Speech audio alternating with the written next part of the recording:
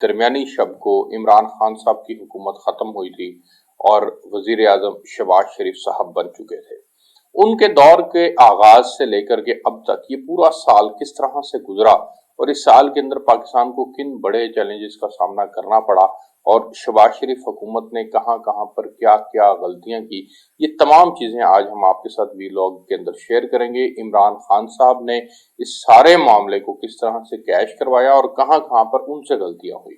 ہوا ناظرین اس طرح سے کہ پہلے عمران خان صاحب نے جب اقتدار ان کے ہاتھ سے جاتا ہوا دیکھ رہے تھے وہ، تو اس وقت انہوں نے کچھ معاشی اقدامات اٹھائے تھے، معیشت کو لے کر کے کچھ فیصلے کیے تھے اقتدار کے جاتے وقت، اور اس میں سب سے بڑا فیصلہ تھا کہ جو انہوں نے آئی ایم ایف کے ساتھ چیزیں ایگری کی تھی ان سے وہ ڈس ایگری کر کے چلے گئے۔ مثال کے طور پر انہوں نے ایگری کیا تھا کہ وہ پیٹرولیم لیوی 30 روپے تک بڑھائیں گے، انہوں نے سرکولر ڈیٹ کو ختم کرنے کا دعویٰ کیا تھا، وعدہ کیا تھا ان کے ساتھ، انہوں نے بجلی کے نظام کے اوپر جو سبسڈیز تھی ان کو ختم کرنے کا فیصلہ کیا تھا، انہوں نے پیٹرول پر سبسڈیز ختم کرنے کا فیصلہ کیا تھا، اور یہ تمام چیزیں تھی۔ دیگر سیکٹرز کے اوپر انہوں نے کچھ کنکریٹ قسم کی چیزیں کرنے کا فیصلہ کیا تھا، لیکن پھر جب انہوں نے دیکھا کہ ان کے خلاف عدم اعتماد آ رہی ہے تو انہوں نے جاتے جاتے یہ تمام فیصلے ریورس کر لیے۔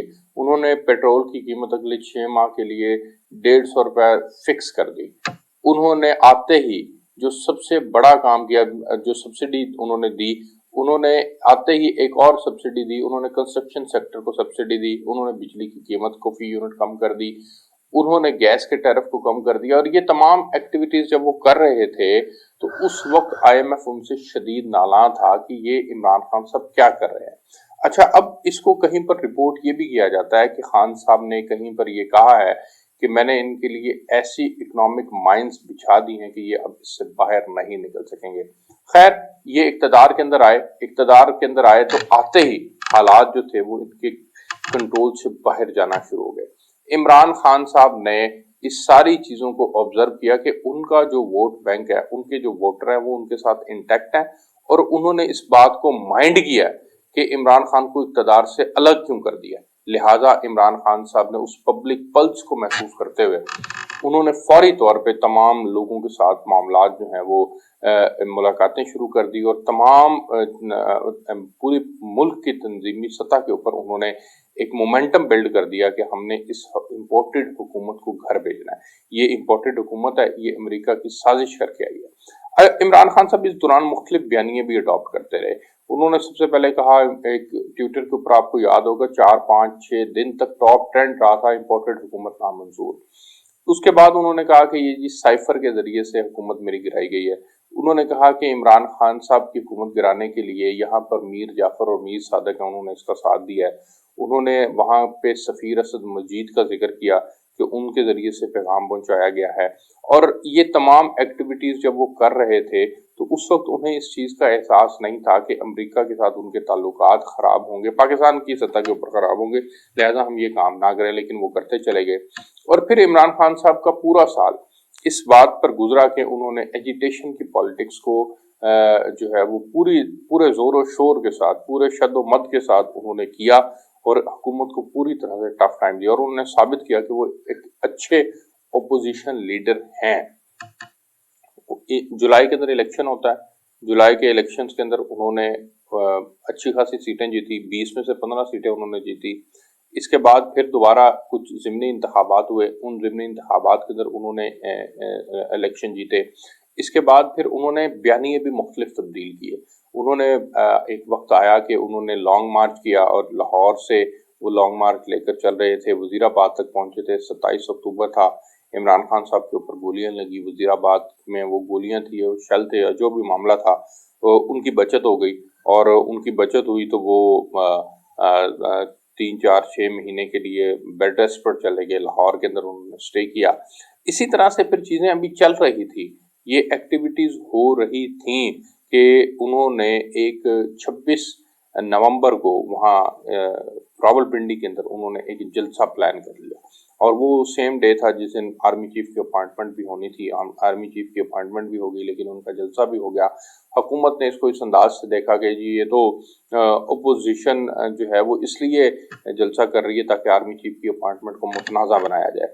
اس کے بعد پھر حالات مختلف کروٹ میں آئے. اس دن انہوں نے اناؤنس کر دیا کہ وہ پنجاب اور KPK کی حکومتوں کو ڈیزالو کریں گے. اچھا، اب انہوں نے جو ڈیزالو کرنے کا فیصلہ کیا تھا وہ 100% اس بات پر ان کو یقین تھا کہ یہ ڈیزالو جو ہم کریں گے اس سے یقینی 90 دن کے اندر انتخابات ہوں گے اور اس سے کوئی آدمی بھی پیچھے نہیں ہٹ سکتا، پس پشت نہیں جا سکتا.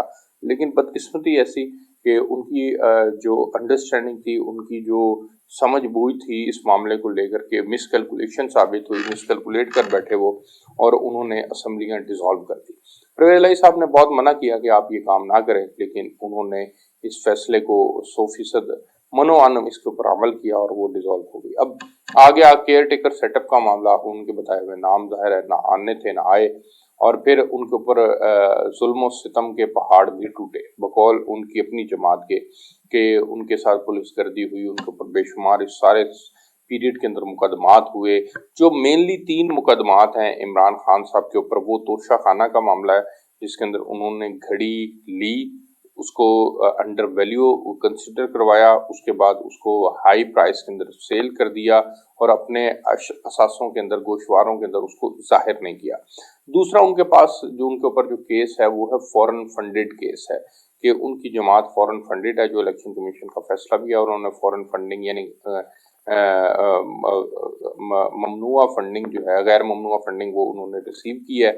اچھا جی، اس کے ممنوعہ فنڈنگ انہوں نے ریسیو کیا. اس کے بعد پھر انہوں نے جو ہے وہ ایک یہ کیس ہے ان کے اوپر، اور ایک ان کے اوپر کیس ہے ٹیرین وائٹ کا. اس کے علاوہ بھی 100 سے زائد مقدمات ہیں، لیکن وہ تمام مقدمات جو ہیں وہ پولیٹیکل نوعیت کے ہیں، احتجاج کے ہیں. کہیں پر قتل کا مقدمہ انہوں نے، جیسے یہاں پہ ذیل شاہ قتل ہوا تو اس کا مقدمہ ان پہ درج ہو گیا.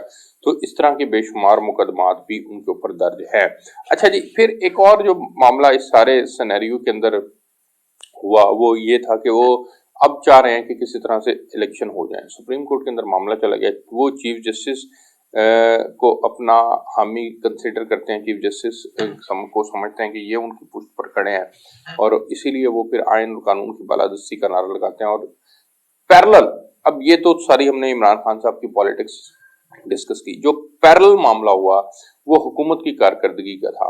حکومت کے سامنے جو سب سے بڑا چیلنج تھا وہ معیشت تھی، کہ کسی طرح سے معیشت کو سنبھالا دینا ہے. معیشت کے اندر اگر سبجیکٹ میں بات کریں تو پھر ڈالر کا ریٹ سب سے امپورٹنٹ تھا، کہ اس کو آپ نے کسی طرح سے کنٹرول میں رکھنا ہے، اور انفلیشن آپ نے کنٹرول میں رکھنی ہے. لیکن بدقسمتی سے یہ دونوں چیزیں کنٹرول نہیں ہو سکی. ڈالر نہیں کنٹرول ہو سکا تو اس سے انفلیشن بھی بڑھ گئی، انفلیشن نہیں کنٹرول ہو سکی تو اب اس سے عام آدمی کی حالت جو ہے وہ بد سے بدتر ہوتی چلی جا رہی ہے. جو عمران خان صاحب کے کارکردگی تھی، جو ان کی اکنامک مائنڈز جو وہ بچھا کر گئے تھے، وہ تمام کی تمام چیزیں جو ہیں وہ ان کے گلے پڑ گئی، اور شہباز شریف چیزوں کو کنٹرول نہ کر سکے. مفتاح اسماعیل نے آتے ہی 7th اور 8th ریویو کو ایگری کیا، اور وہاں IMF سے ان کو پیسے ملے، لیکن پھر ان کو بھی ریموو کر دیا گیا. اور پھر اسحاق ڈار صاحب آ گئے. اسحاق ڈار صاحب نے ایک آرٹیفیشل کیپ ڈالر کے اوپر لگایا، جس سے ڈالر جو ہے وہ 230 تک ٹریڈ ہوتا رہا، لیکن اوپر مارکیٹ میں وہ 250-55 پہ ٹریڈ ہوتا رہا. اور پھر حالات یہاں تک رہے کہ اب وہ بڑھتے 295 پہ بات چلی گئی ہے اوپن مارکیٹ کی، اور 290 کے قریب انٹر بینک ریٹ ہے. اچھا، اس سے ہوا یہ کہ امپیکٹ آیا، امپورٹس آپ کی مہنگی ہو گئی، امپورٹ مہنگی ہوئی تو انفلیشن آ گئی. تو آج انفلیشن کی ریشو یہ ہے کہ وہ تقریباً 35-36%، 37% تک جو ہے وہ رپورٹ ہو رہی ہے، اور یہ ہائیسٹ انفلیشن ریٹ ہے ان دا ہسٹری آف پاکستان. اور یہ جو انفلیشن ریٹ ہے، اس کی وجہ سے پاکستان جو ہے وہ شدید تر پاکستانی قوم مسائل کا شکار ہے. اور یہ مسائل کا شکار ہونا ایک نیچرل بھی ہے. اور انہوں نے کچھ ایکٹیویٹیز کرنے کی کوشش کی، آٹے پر سبسڈی دی، لیکن بدقسمتی سے وہ آٹے کی سبسڈی کے اندر انسانیت کی ایسی تذلیل ہوئی ہے کہ اس کو بھی جو ہے وہ